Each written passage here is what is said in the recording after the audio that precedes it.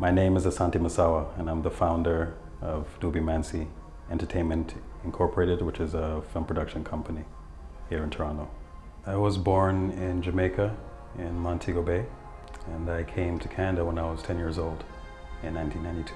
Well, obviously a lot of people, when they move from other countries, they move here for a better life for their children. My mom, being a nurse, made her job very palatable to other countries because they always need nurses. I think she researched the possibilities for nurses and how much they would make here in Canada, and she thought that may be a good fit. My dad was in New York for a while, and then eventually we settled on Canada and they came together.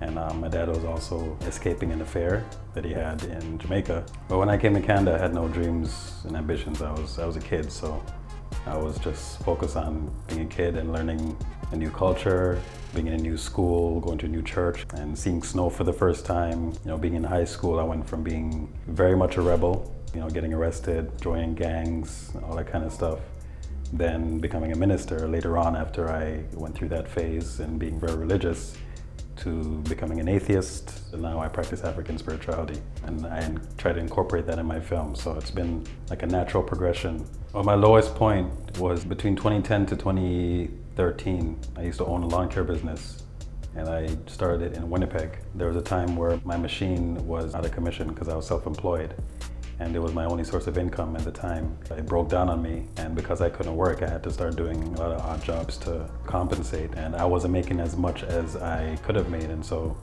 couldn't afford my rent, couldn't afford food and whatnot, and my van was also out of commission because I had to get it fixed and I didn't have money to fix it. I got kicked out of my place because I couldn't afford the rent, and I had to ask my family for money back here in Ontario. You know, but I got through that. I came back to Toronto.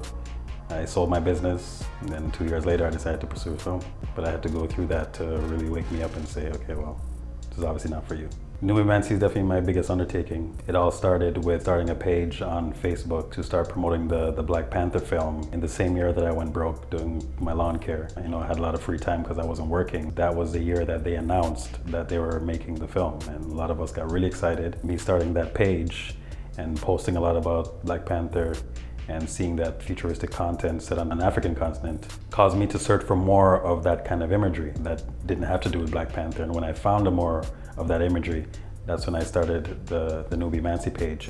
And that was to post sci-fi, fantasy, and horror from a Black or African perspective. And then eventually Marvel took over the Black Panther page, and the page on Facebook now that they have is the page I started, the official Black Panther page. And once they took it over, I focused all my attention now on my page that I started.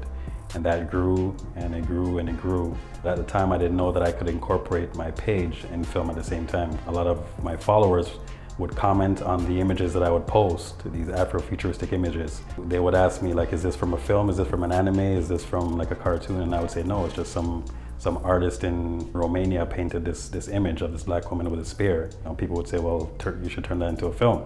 You know, and I got lots of comments like that based on the content I posted. And then I launched my campaign. Launching the GoFundMe made someone in South Africa see my GoFundMe, which led to me going to Durban for a film festival, which led to me meeting hundreds of people in the film industry, which led to me now being in the film industry. My journey is not going to stop at film. In my opinion, what I want to pursue is also a lot of archaeological exploits. Like, I want to travel the entire continent of Africa, finding out the customs that people practice, finding out the gods that they worship, their spiritual practices, you know, the way they live, the way they dress. And another part of my journey is also pursuing music, because, you know, I grew up singing and I want to start a band. And I also want to incorporate the singing with the film and with my archaeology and traveling Africa. And then from that, I also want to write novels. You know, I'm really good at coming up with concepts and then, you know, building a world and writing characters into that world. I didn't come this far to only come this far. It means that your journey in creativity is never done. If you're a creative person and you're multi-talented, then as long as you have breath, try to pursue all the talents that you have. My biggest advice to youth is to not be afraid to stand out, not be afraid to stand alone.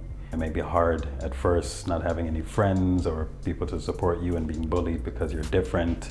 You standing alone will most likely propel you a lot farther. You'll develop almost like a mental toughness that you'll need when you get into adult life by being your unique self.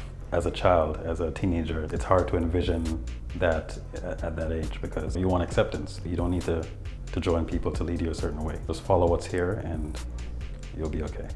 My name is Asante Massawa, and I didn't come this far to only come this far.